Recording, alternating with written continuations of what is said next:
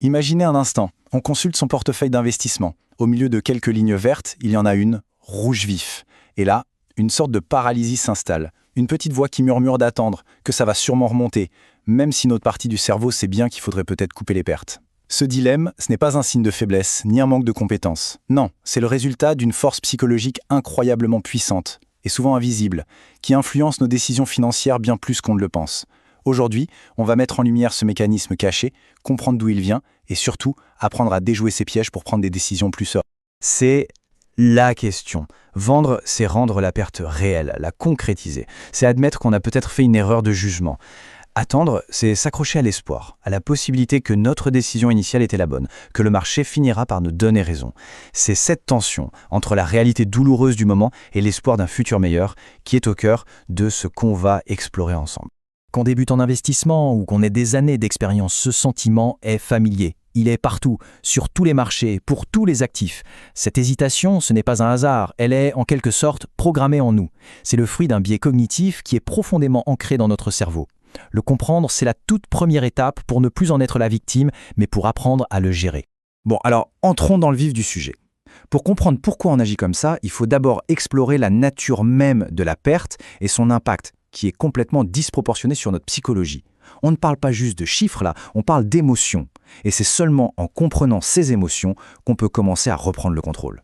Faisons une petite expérience de pensée. Imaginez que vous trouviez un billet de 100 € par terre. C'est une super journée, ça procure une petite vague de plaisir. Maintenant, scénario inverse. Vous perdez un billet de 100 € que vous aviez dans la poche. La frustration, la déception, cette petite boule au ventre, l'émotion est viscérale, bien plus forte. Et pourtant, d'un point de vue purement financier, l'impact est symétrique, plus 100, moins 100. Mais sur le plan émotionnel, il n'y a absolument aucune symétrie.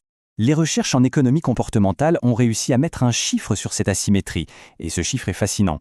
La douleur psychologique qu'on ressent en subissant une perte est environ 2 fois plus puissante que le plaisir qu'on retire d'un gain du même montant. 2 fois. C'est comme si, sur la balance de nos émotions, une perte pesait 2 fois plus lourd qu'un gain. C'est une force énorme qui pèse sur chacune de nos décisions, souvent sans même qu'on s'en rende compte. Ce phénomène a un nom, bien sûr, et il a été mis en lumière par 2 penseurs qui ont complètement changé notre façon de voir l'économie. Allons voir ça de plus près. Voici donc la définition officielle. L'aversion à la perte. Attention, ce n'est pas la même chose que l'aversion au risque. Avoir de l'aversion au risque, c'est simplement préférer la certitude à l'incertitude.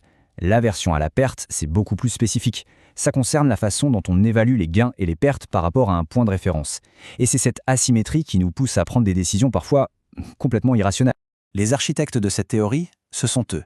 Daniel Kahneman, un psychologue qui a reçu le prix Nobel d'économie, et son collègue, Amos Tversky. Avant eux, l'économie classique partait du principe que l'être humain était un homo economicus, un acteur parfaitement rationnel. Kahneman et Tversky ont démontré que c'était une fiction. Ils ont prouvé, par des expériences géniales, que nos décisions sont systématiquement tordues par des biais psychologiques. Et l'aversion à la perte, c'est l'un des plus puissants de tous. Bon, maintenant qu'on a posé les bases théoriques, comment est-ce que ce biais se manifeste concrètement ? On pourrait être surpris de voir à quel point les exemples sont absolument partout autour de nous, surtout là où de l'argent réel est en jeu. Prenons l'immobilier. Après la folie de 2021, une personne achète une maison à 300 000 €. Un an plus tard, les taux montent, le marché se calme et la valeur de la maison est plutôt de 270 000. Le propriétaire doit déménager, mais il refuse toutes les offres sous 300 000. Pourquoi ? Parce que vendre à 270 000, c'est accepter noir sur blanc une perte de 30 000 €. Le prix d'achat est devenu une encre psychologique. En refusant de vendre, il maintient l'illusion que la perte n'est que sur le papier. Et en essayant d'éviter cette perte, il risque de la transformer en une perte encore plus grande.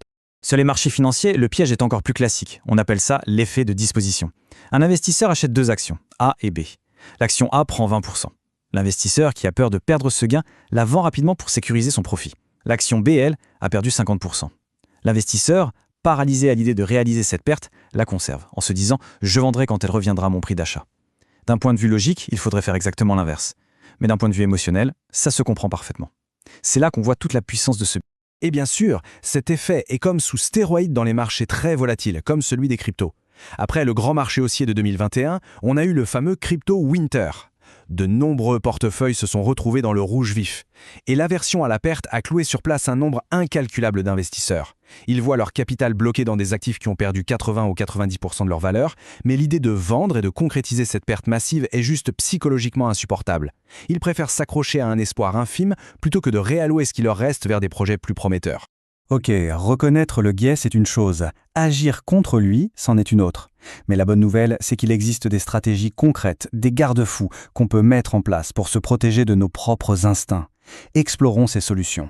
On va examiner 4 approches. Aucune n'est une solution miracle, mais ensemble, elles peuvent construire une défense vraiment solide contre les décisions émotionnelles. Le but, ce n'est pas de devenir un robot sans émotion, mais de construire un cadre qui nous aide à prendre des décisions rationnelles, même quand ça secoue. Le point crucial, c'est celui-ci. Les meilleures décisions se craignent à froid. Avant même d'acheter un actif, il faut décider de son plan de sortie. À quel niveau de perte la position sera coupée? Par exemple, si cette action baisse de 15%, je vends. Point, sans poser de questions. Le mieux, c'est d'utiliser des outils comme les ordres stop-loss qui exécutent cette décision pour nous automatiquement. On confie la décision à son soi du passé calme et rationnel plutôt qu'à son soi du futur paniqué et émotionnel. Notre cerveau a du mal avec les chiffres absolus. Perdre 5 000 € sur un portefeuille de 50 000, ça sonne comme une catastrophe. Mais si on le formule comme une perte de 10%, la même que perdre 10 € sur 100, la décision devient plus objective. C'est un peu comme regarder une carte avec une échelle. Raisonner en pourcentage nous donne cette distance, cette perspective beaucoup plus saine. Une autre façon de retirer l'émotion de l'équation, c'est tout simplement de l'automatiser. La stratégie du DCA, de l'Hard Cost Averaging, c'est d'investir une somme fixe à intervalles réguliers. Par exemple 100 € tous les mois sur un ETF. En faisant ça, on ne se pose plus la question de savoir si c'est le bon moment. On achète, mécaniquement, que le marché monte ou qu'il baisse. Cette méthode impose une discipline de fer et ça nous empêche de surréagir à la volatilité. Enfin, et c'est peut-être le plus important, il faut avoir une thèse d'investissement claire. Pourquoi cet actif a-t-il été acheté à l'origine? Quand le prix baisse, la question à se poser n'est pas « est-ce que je dois vendre à cause de ma perte ?», mais plutôt « est-ce que les raisons fondamentales pour lesquelles j'ai acheté ont changé ?» Si la réponse est non, alors une baisse de prix peut même être une opportunité. Si la réponse est oui, alors on a une raison objective de vendre, peu importe le gain ou la perte. Pour conclure, au-delà des stratégies et des techniques, il y a un changement d'état d'esprit à opérer. C'est peut-être la leçon la plus importante de toutes. Cette citation de Bertrand Russell, elle est parfaite pour illustrer un paradoxe de l'investissement. Ceux qui sont les plus sûrs d'eux, qui pensent ne jamais se tromper, sont souvent ceux qui tombent dans le panneau de leur propre biais. Les investisseurs les plus avisés, au contraire, sont conscients de leurs propres failles. Ils doutent de leurs instincts, ils remettent en question leurs certitudes. Et c'est justement cette humilité intellectuelle qui leur permet de mettre en place les systèmes de protection dont on vient de parler. Savoir que l'aversion à la perte existe, c'est nécessaire, mais ça ne suffit pas. Le vrai passage à un niveau supérieur, c'est quand on transforme cette connaissance en action. Ça demande de la discipline, de la patience et de mettre en place des processus rigoureux. C'est un combat constant contre notre propre nature, mais c'est le prix à payer pour prendre des décisions financières plus saines sur le long terme. L'aversion à la perte, c'est la peur de perdre ce qu'on a déjà. Mais il existe une autre force tout aussi puissante, la peur de ne pas avoir ce que les autres ont. C'est le FOMO, la peur de manquer quelque chose. Et ce sera le sujet de notre prochaine analyse. Alors si cette exploration de la psychologie financière vous a intéressé, abonnez-vous pour ne pas manquer la suite. Et en attendant, n'hésitez pas à partager dans les commentaires une situation où vous avez vraiment ressenti le poids de l'aversion à la perte. Partager nos expériences, c'est une des meilleures façons d'apprendre. Merci d'avoir suivi cette explication.